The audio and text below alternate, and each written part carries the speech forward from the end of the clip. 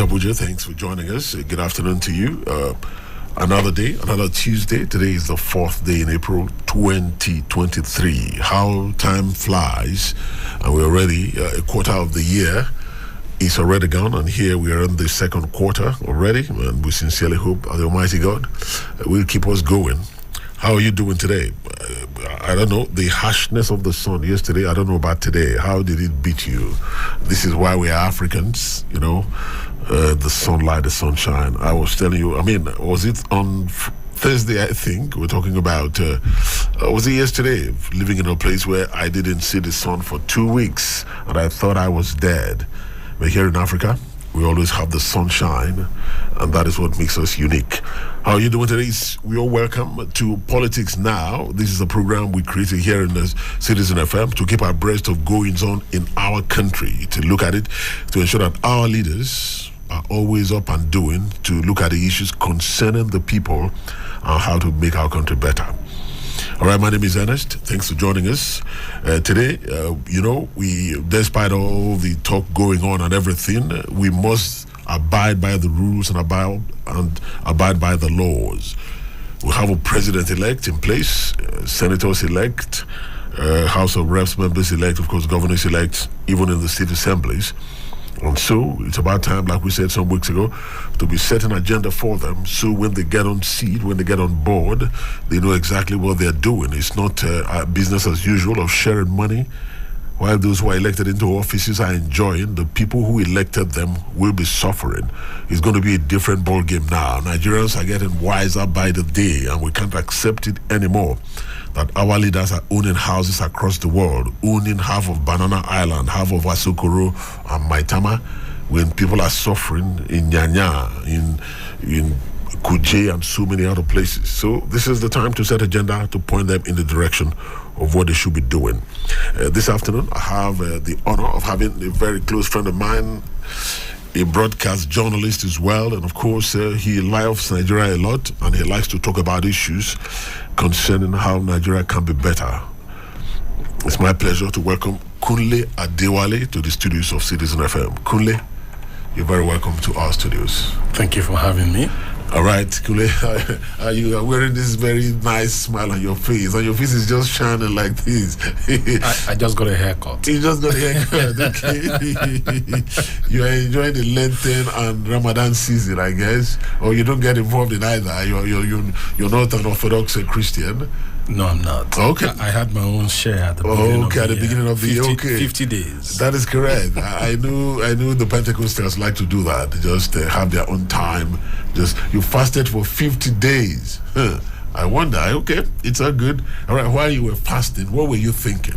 Looking like at your crystal ball. I know when people are fasting, they say their spiritual antenna is always very, very sharp.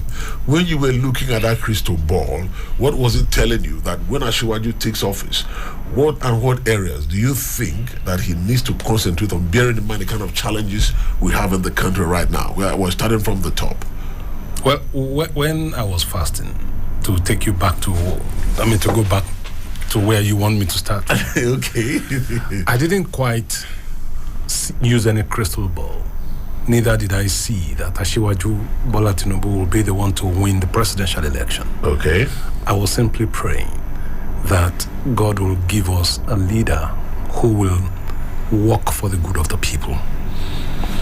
And that's sincerely what I hope will happen now that Asiwaju Bola Tinubu has won, has been declared the president-elect, has won the election, and it's less than 2 months now, just a little under 2 months, he will be taking office as the president of Nigeria when he's sworn in on May 29. So my desire is for somebody, and in this case, for Asiwaju Bola Ahmed Tinubu to work for the good of the people. The suffering in the land is astounding. That's the word. Because everywhere you look, you were talking about Kuje and Nyanya, right in the middle of the city center in Abuja. Suffering is walking on 2 legs. I can tell you that for free. Everywhere you look, there are slums springing up. Everywhere you look. Everywhere you look. Right next to Asokoro, there's a slum. Right next to Maitama, there's a slum. You know the names of those slums. Right next to Games Village, there's a slum. Galadimawa, where you have the beautiful estates, Sun City, Sunnyvale, and all of those estates, there are slums. Apo Resettlement has its own slum. What that tells you is that housing in the federal, in Abuja, let me not even talk about the Federal Capital Territory just yet, in Abuja is very expensive and beyond what a lot of people can afford. So what I take that to be is an indication that we need to look at how to effectively ensure that the cost of living does not go beyond the reach of the ordinary man. Because when the poor are hungry, the rich cannot sleep. And that's a fact of the matter. And I will give you an example. This morning, shortly after you and I spoke on the phone to confirm that I will be available for this program, I spoke with somebody who lives in Ibadan. My sister, actually, my elder sister. And she told me that whenever she and her husband leave home, they are retirees. But once in a while, they go out. Once they leave their house, boys in the neighborhood scale their fence into their compound and pluck oranges from their orchard. Sometimes they take whatever it is they want and they finish very quickly before the owners of the house get back. Their neighbor, chickens are stolen from their neighbor's poultry. Eggs are stolen. And they have caught a few of them. And they found out that they're actually children of their neighbors. What does that tell you? Poverty. Yeah. And that's the number one thing that any government, and in this case, the incoming government of Asiwaju Bola Tinubu, must look at tackling. Okay. The cost of living is so high that people are slipping into poverty on a daily basis. And what has worsened it was the cash crunch we just went through between February and like 2 weeks ago. It's still on. It's still on, and it's really crazy. But it's at least cash is a lot more available now, so it's easy enough. Okay.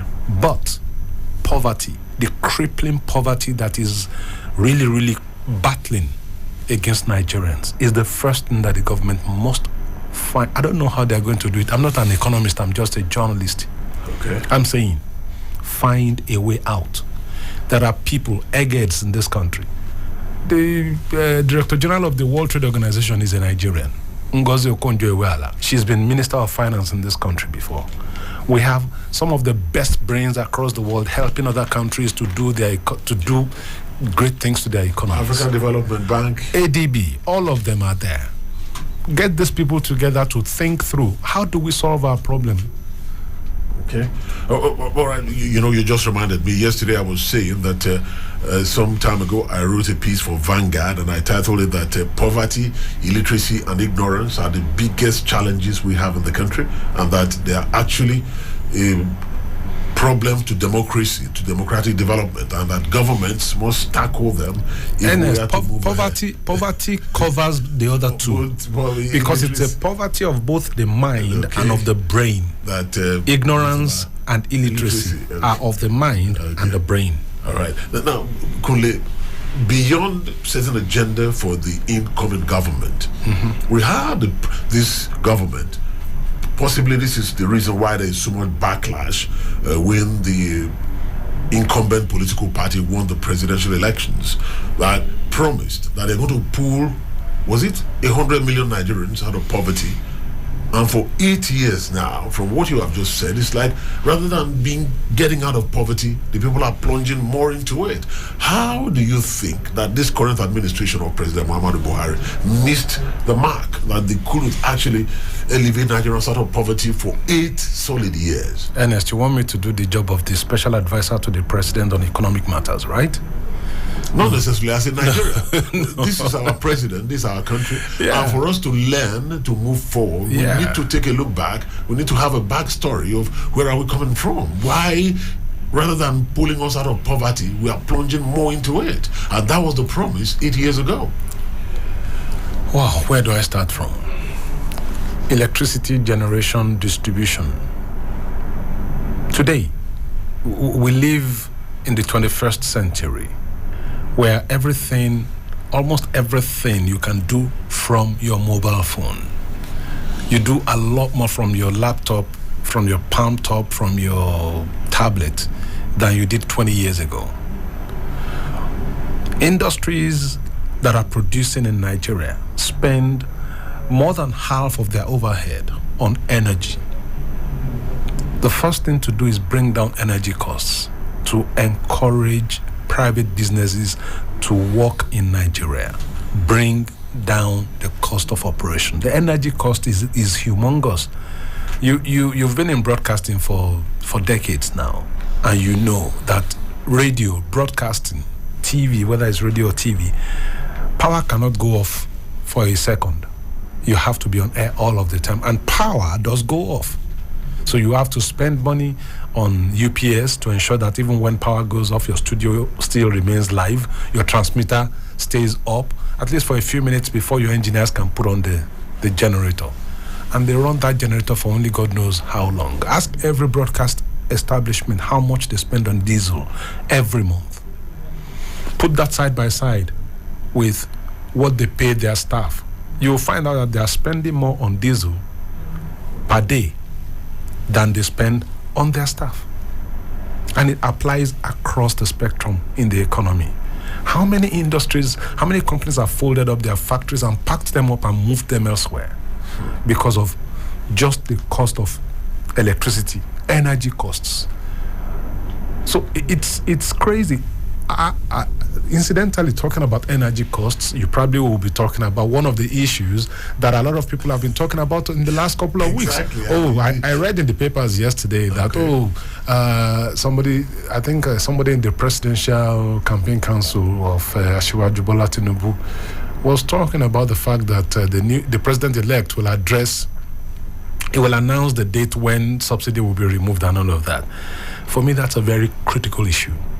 It's so critical that each time I think about it, I'm asking myself, is there really a subsidy? Government has been removing this subsidy since the days of Olusegun Obasanjo in 1999. Before Obasanjo became president in 1999, the military government had been removing subsidy. There was a time we were buying fuel for 11 naira per litre in this country. I bought fuel for 27 kobo per litre in this country. So I'm telling you that from 27 kobo to 4 naira to I can't remember all of the exchanges, but the cost of fuel has gone up slowly but surely over the years. Now we are at 195 naira official price. There are fuel stations inside this Abuja that sell at 320, 340, 300. People buy. But of course, they don't get the patronage that the others that sell at 195 or the NNPC limited stations that sell at 194 will get. What does that tell you? There's a lot of opacity in the oil industry, whether it's upstream or downstream. And government needs to address that. So how do we balance what you just said, that cost of energy must be brought down, and then there is this issue of a promise, like we said before again, made by Asiwaju as part of his campaign, that subsidy must go. And now people are looking at it that part of what the first things he's going to do in his first 100 days is to remove subsidy. And here Nigerians are already choked to the neck with bills and challenges of transportation and energy bills. Okay, for a few seconds, let's reverse roles. I'm the interviewer, you are the guest now. You lived in the US. How did you transport yourself while you were in the US? Buses, trains? Exactly. Where are the buses? Where are the trains right now? I used to buy this ticket. You buy a season ticket. 1 month, season ticket or one month ticket, or use the bus, and you can travel at any time to anywhere with I just pay for that season ticket, and I don't pay any money for that season. You are right in the center of Central Business District in Abuja. By the time you get out of here and walk to the junction beside Finance at 4 p.m., you will see a large crowd of people waiting, trying to find transportation, home, civil servants. At 5 o'clock, 5:30, 6 o'clock, people are closing from private establishments because the people at 4 o'clock are civil servants. It's the same. People are struggling to get to work in the morning. Now imagine that you're talking about Lagos. Imagine that you're talking about Port Harcourt. Imagine that you're talking about Kano. Benin City. Enugu. Owerri. These are cities that ought to have had organized systems of transportation, so that you don't just hold on, so that you do not have to. If you don't need to buy fuel, if you don't need to buy a car, you will not buy it. A lot of people drive cars who don't actually need cars, who will prefer not to drive. But because of the inconveniences they go through every day, sometimes you bought a bus or you bought a cab, and by the time you get to office, that nice shirt or nice skirt you wore has become rags. Or something happens to you. All kinds of things happen. So people prefer to struggle, to scrounge, to borrow money and get a small car so they can at least get to work and get to their destination and back home in one piece, comfortably, comparatively.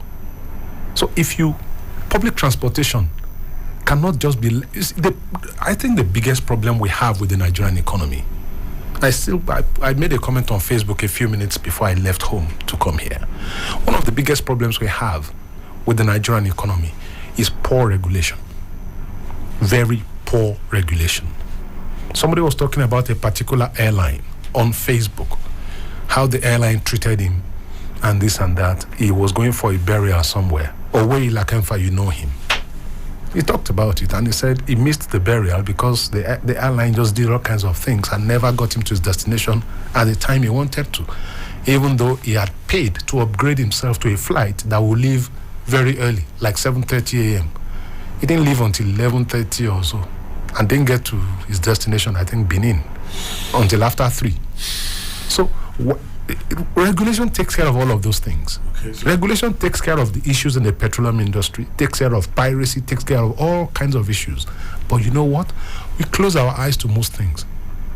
Kukule, do you think this is why the young persons were actually, and are still grumbling and all of that there are so many challenges? Nigeria has not shifted from the way of doing things over the years to say, look, let's now begin to think of how do we move this country forward, rather than just servicing politicians, servicing themselves and servicing the political class. How do we build Nigeria? It still goes back to what I was talking about: regulation, enforcement of law. But the people have said that most often than not, it is the leaders themselves who first flaunt the laws. Good. So, change begins with me. Who polices the police? I was driving back from Nasarawa State a few days ago, I think on Sunday, and there was a crazy traffic jam at Mararaba. Guess what? A convoy led by a pilot car that was driven by a policeman and had about 4 or 5 other policemen in it. The convoy was about 4 or 5 cars. They went on the other side of the road and they were driving against traffic. There's a problem that everybody else is facing, but they went on the other side of the road and drove against traffic. Who does that? Did you ever see that when you lived in the US? Or in all your travels outside of Nigeria? Let me not even talk about the US. In all your travels outside Nigeria, did you ever see that? No, you won't. As simple as the traffic light is, I keep talking about the traffic light. As simple as the traffic light is, we do not obey and there are no consequences. When there's no consequence for wrongdoing, all kinds of things happen. So when looking at when I take a holistic view of most of the things you have said, what you are saying here is that Asiwaju has a big rock to crack in front of him in terms of the challenges of our nation. Exactly. Do you think he has capacity to do that? Because these are the things people have been asking. Does Asiwaju have the capacity to tackle these challenges head on, like policemen being the first to disobey the law? When you see a road safety official driving against traffic, when you see a politician gets money that is supposed to be for the welfare of the people, he pockets it to buy a building in Johannesburg or wherever, and all of that. Do we have persons that have come into office now? Let's forget about this lame dog system now that we have in the next 2 months. Looking at the incoming government, do you think we can have persons there, Asiwaju being the spearhead, to bring about these changes that Nigeria really needs? It's very possible. To the next step. It is very possible. It is very possible. It's just about the will. Not just political will, the will, political or otherwise, to do what is right at all times. People have complained, like, because I was saying that I've been interviewing people, and some people who didn't support Asiwaju, they said, look, Asiwaju already has a retinue of aides and acolytes and hangers on around him. How is he going to remove those people so he can see clearly to know Nigeria's Please problem? mention one politician, anybody who became president that didn't have that. Mention. So that's a no-brainer for me, really. Okay. For me, the bottom line is not whether you have acolytes or you have aides and this and that. All of those people have jobs that they've been doing before now. If any one of them, and one thing I know about Asiwaju Bola Tinubu, I have never met him. I've only seen him on TV. I have never met him. In all my years in broadcast, I have never met him. And I have met Babatunde Raji Fashola before he became governor of Lagos State. I've met a number of governors in this country. I've spoken to ministers, but I've never met Bola Tinubu. But one thing I know about him is that he is a very good judge of character. For him, that I think stands out. And I want to believe, I hope I'm right, that he will put square pegs in square holes. I also want to believe that he has the capability to hold people accountable for their actions, because it starts from the top. If your aides misbehave or they don't do what they ought to do, they should be sanctioned, and everybody must know. If the man doesn't do his job, relieve him of his duties. But that has been lacking in the last 8 years. These are some of the accusations people have against President Muhammadu Buhari, that very rarely, that most of the time, anytime he removes an official, it's based on political reasons or not based on performance. That there were so many persons in position that Nigerians grumbled against. Remove this person, this thing is not working, and President Buhari never listened. You think there will be a switch of attitude or approach in that direction? Well, Muhammadu Buhari and Bola Tinubu are two different individuals, born at different times, in different places, brought up by different parents under different environments, sociological and cultural environments. They are two different people.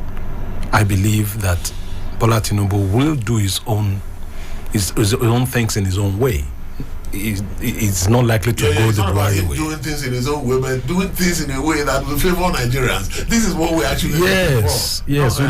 Remember I said at the first that my prayer is that we will have a president, we'll have members of the National Assembly, we'll have governors and members of houses of assemblies across the country who will work for the good of the people. That's my desire, that's my prayer every day. Because I see things around me, the suffering is too much.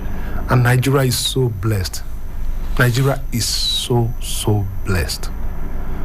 So why are we suffering in the midst of plenty? That's a very big question. It's a massive question. That's a big question. Of course, you're listening to Politics Now here on Citizen FM at 93.7. My name is Ernest, and I have my guest Kunle Adewale, a veteran broadcast journalist, joining me this afternoon to look at the challenges ahead the incoming government of the president-elect. Starting from May 29th, we believe that the government of President Muhammadu Buhari is gradually winding down as they begin to write their handover notes. So what is there in the future for Nigeria? Nigerians have been complaining for so many years. They need relief. I had a guest here some weeks ago who said that the political class is actually interested in servicing its own self and in servicing the Nigerian people. And so we need to be alert as well. That's why Kunle is here to look at these issues. Now, Kunle, let's take a step back a little bit. You were saying things about transportation and all of that. What I observed and what I discovered is that most of this transportation system that we've met in the US and all of that, and the places I've traveled to, like you have mentioned, like the Greyhound bus and all of that, they have been in existence for years. What the incoming governments just do is to just brush them up a little bit and all of that. These things have been there. How did we miss the train ab initio? How come the governments of General Gowon and all those governments over the years never felt the need to lay these solid foundations so that, and we had more money then with less population? Is that saying that they say the African leaders don't think ahead into the future? They're only thinking about the now. I don't know. Kunle, how did we miss it that these foundations were not laid by previous administrations when there were opportunities? You mentioned General Gowon. I was just using him as an example. As an example after the Civil War, of the military administrations we had in Nigeria. The military did a lot of things right and they did a lot of things wrong.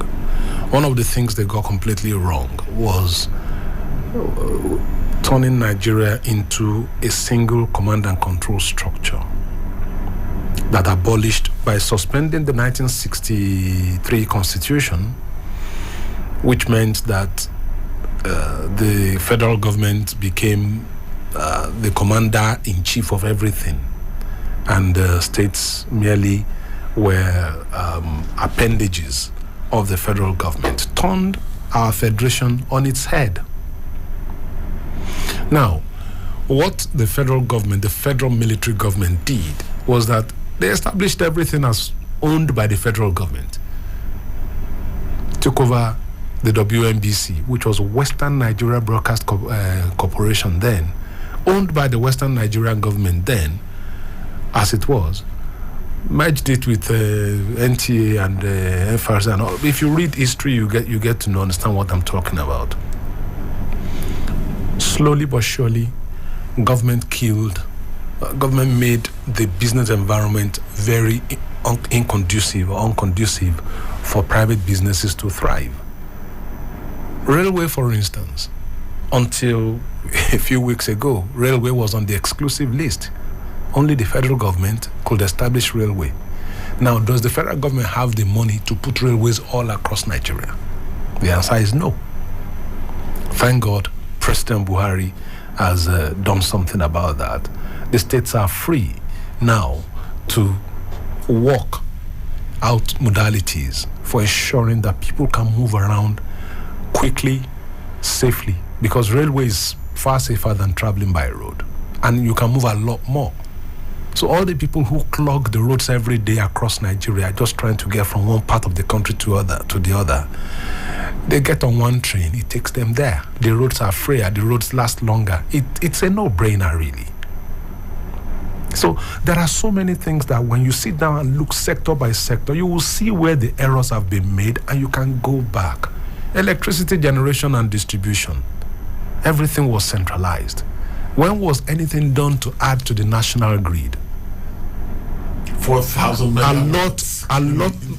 Many of the power generating stations that are generating now, some of them have shut down some of their turbines because there's no way to evacuate the power.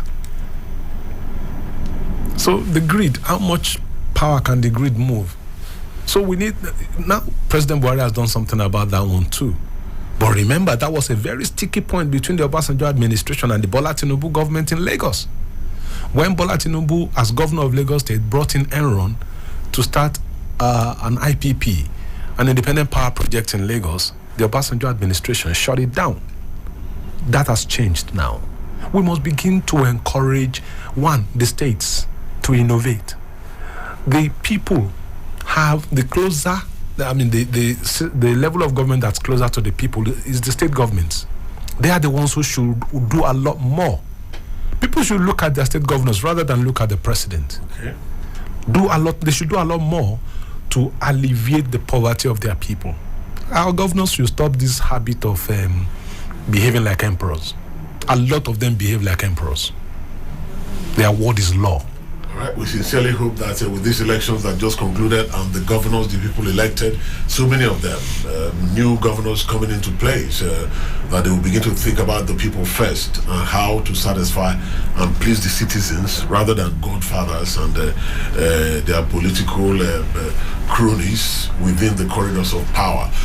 Now, let's come back now to the present. I just wanted to find out how did we miss it, and in doing that, to see where the corrections can be made. Do you think, you mentioned Asiwaju's antecedents in Lagos State, by inference just now.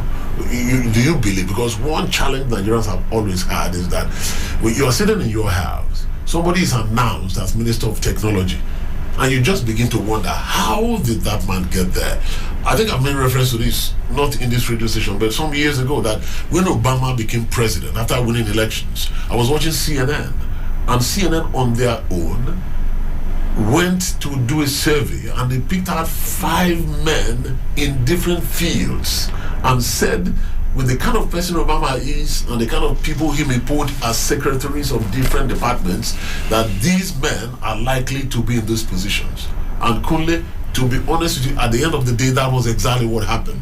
The people Obama made secretaries were among those the best in those fields. Can we sit in Nigeria today and believe that Asiwaju, if we track all sectors of our economy, and believe that Asiwaju is going to pick the best or people among the best? He's not going to pander to political, ethnic, religious, and all of that, because this is the issue. I saw a letter he wrote some time ago when people were calling for a government of national unity, and he said no, his government is going to be people by competent persons.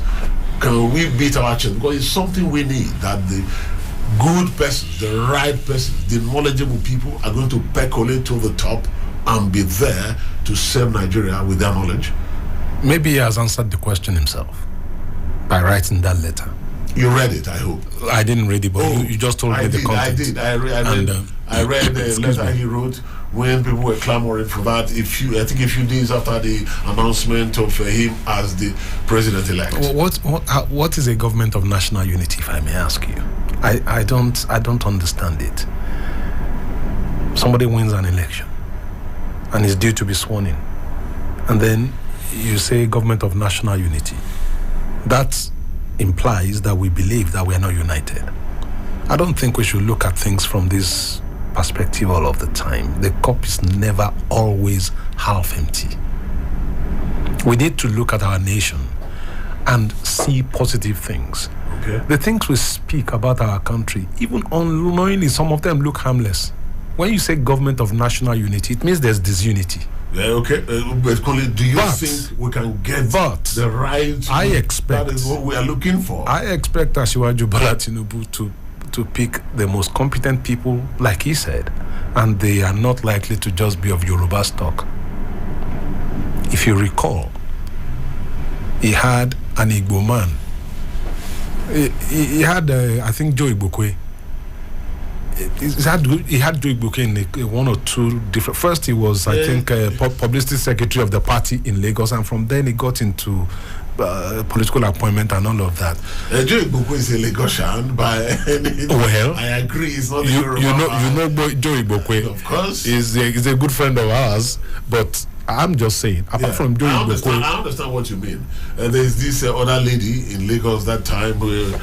Was he on the deputy governor? I can't remember. There was this Igbo lady I remember in Lagos then. I was in Lagos then. Sometime ago. Maybe I'll remember the name before we round off. Yeah, but I understand what you're saying. So what I'm saying in essence is that I expect him to not look at things like religion, like ethnicity, and all of those things.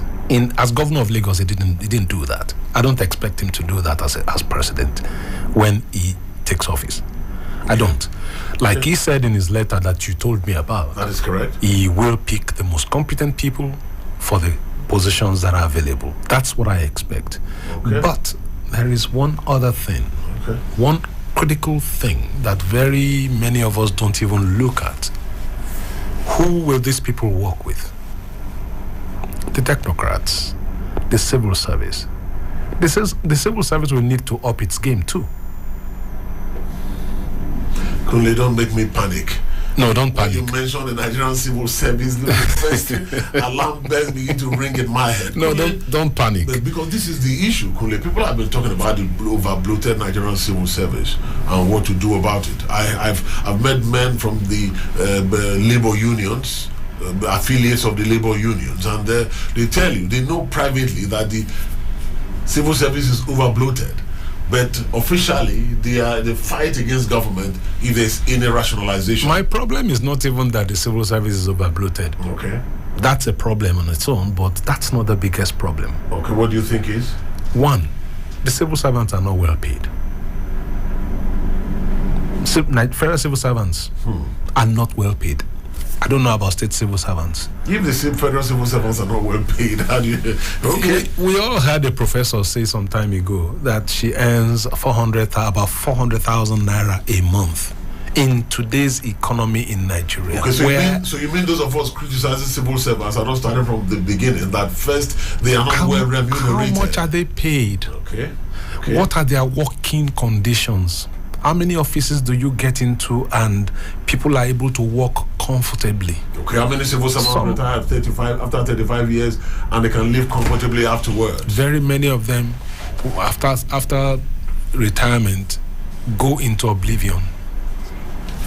They go into oblivion.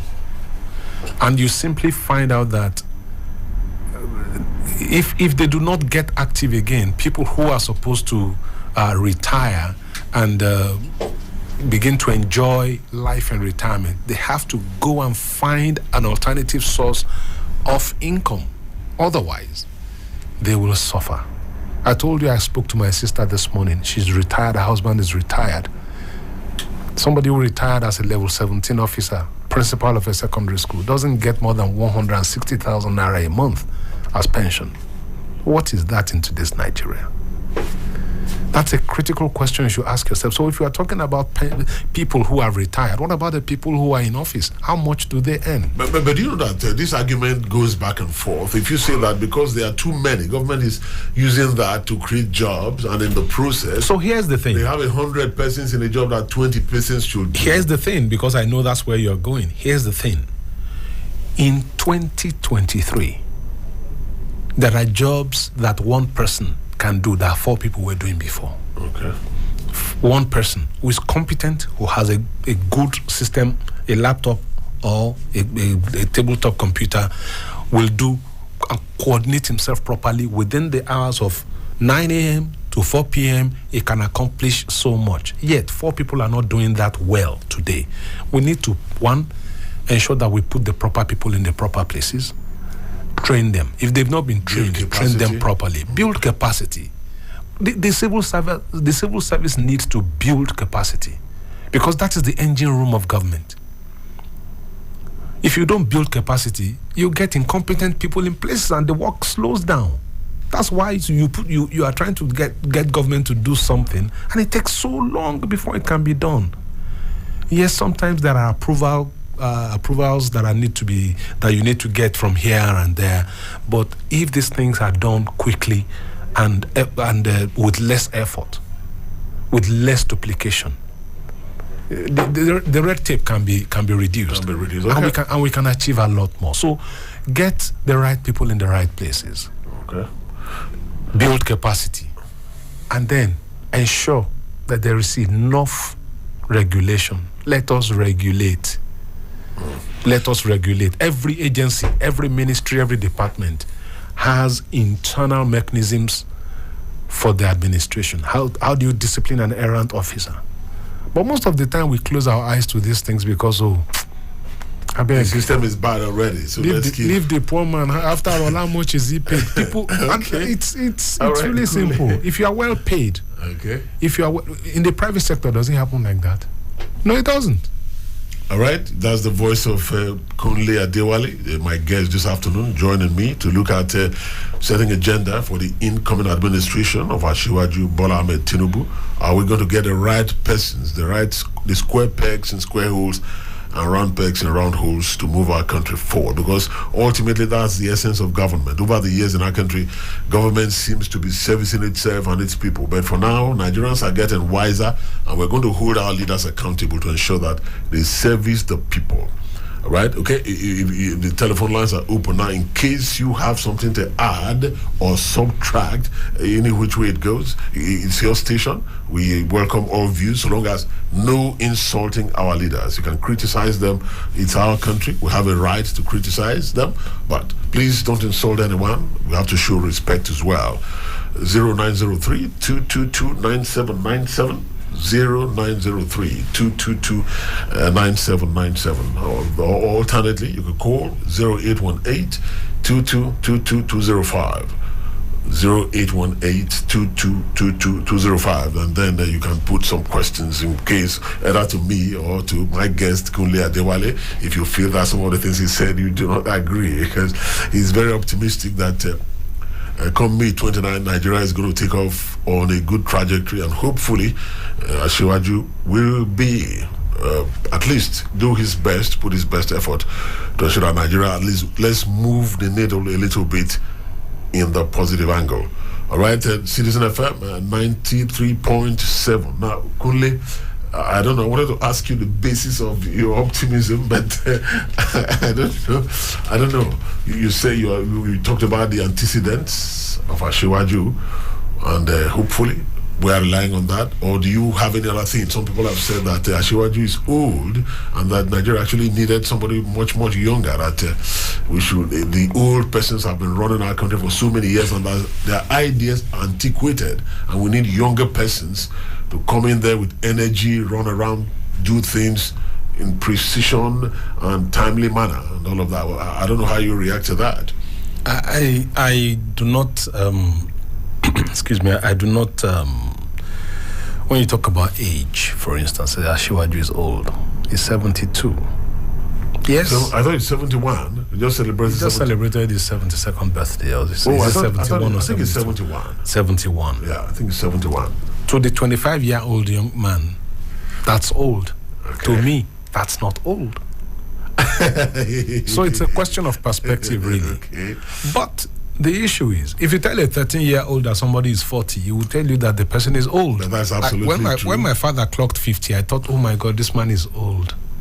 Can I tell you a story, Kunle, to buttress what you just said? Yes, go ahead. I was in secondary school, and I missed a year because I didn't write my common entrance at the right time. So I was in class 1, so to speak, then with people who were younger than me. And one day, at the age of 14, a 13-year-old boy called me old man, and I was very, very angry, and we fought. So he called me 14. So there you have it. Hello, good afternoon. Afternoon, sir. Thanks for joining us. No, could you please take that again? I didn't get it. My name is Chief Gabriel Abuja. Okay, Chief Gabriel. I think his radio is on. Yeah. Let's see. What part of town are you calling from?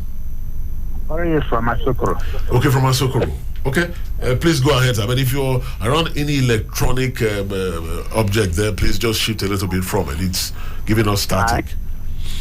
I want to tell you people to tell Mr. President Buhari to take care of the pensioners. I'm a pensioner. Okay, very good.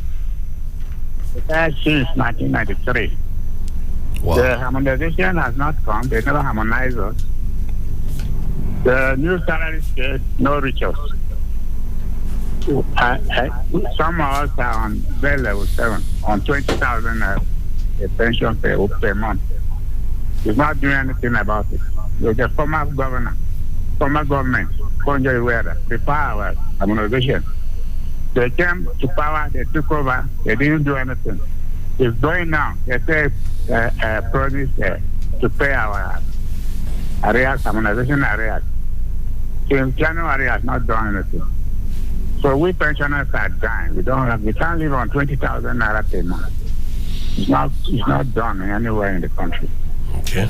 So these are our prayers for pensioners. The pensioners, because of the bribe, they bribed our pension union chairman. They don't do anything. So we are suffering. Okay. Yeah. All right, Chief. Thank you so much for calling us. We appreciate your call. Kunle, that's a very big one. Pensioners. I have some police officer friends who retired about 2 years ago. How come? Because you're talking about 2 years ago. Yeah. This man who just called, Chief, he retired in 1993. Yeah, Kunle, people are scared of even serving their country, believing that after service, and that's why people still. That's why people put their fingers in the till. So how do we resolve? If since 19, that is. How many years is that? 1993. 30 years ago. 30 years. Yeah, that's 30 years ago. Let's hear what this. Hello, good afternoon. Hello, good afternoon. Yeah, thanks for joining us. Good afternoon. This is Buddy. Oh, Buddy, how you doing? I was shouting at you yesterday. I didn't hear from you. Yeah. I tried calling, but the line was just. Okay. How are you doing today? Fine. Okay. Okay, you're always mobile. I understand. Okay, let's hear you, please, buddy. Let's hear your take on this issue. Let me play devil's advocate here now. Okay. I know it will not happen. Our prayer is that, just like what Kunle said, that things should change from a little bit bad to better. What about with the present situation? If Ashiwaju fails in the next 1.5 years, things did not work out just as we are expecting, what should we do? I'm asking Kunle now. That we are expecting things should move, but the way we are now, things should start moving immediately we get into us. If not, at a very fast speed, for Nigeria to begin to see the things that we are getting somewhere. That's on one. Okay. Kunle, what is wrong with us? As a child growing up, there were pipelines that divert crude oil from rivers to Kaduna refinery. What happened? Why is the refinery not working? And why is government from 1985 till date? What actually happened that they didn't have foresight to see? We produce crude oil and we import refined oil, and we don't even import virtually everything that they could have. Why is those who are leading us doing this to us? Is it deliberate, or they don't just have the idea that this is what they needed to do? Good afternoon. Buddy, thank you so much for joining us. Kunle, you heard that directly, so I don't need to emphasize on that. Yes. The question our refinery, so that we're importing fuel and all of that, yes? The question Buddy asked is one that we can spend the next 3 hours talking about, actually. Kaduna refinery, for instance, does not even use Nigerian crude. Maybe you can put this together. Good afternoon. Okay. Thanks for joining us. Good afternoon, my brother. Okay. Suleiman, how are you doing today? Fine, sir. Okay. Thanks for joining us. Yes, let's hear you quickly. You see,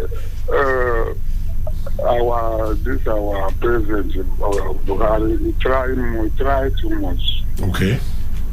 How many power you now don't get for not now? How many are you now? I think 2 states now don't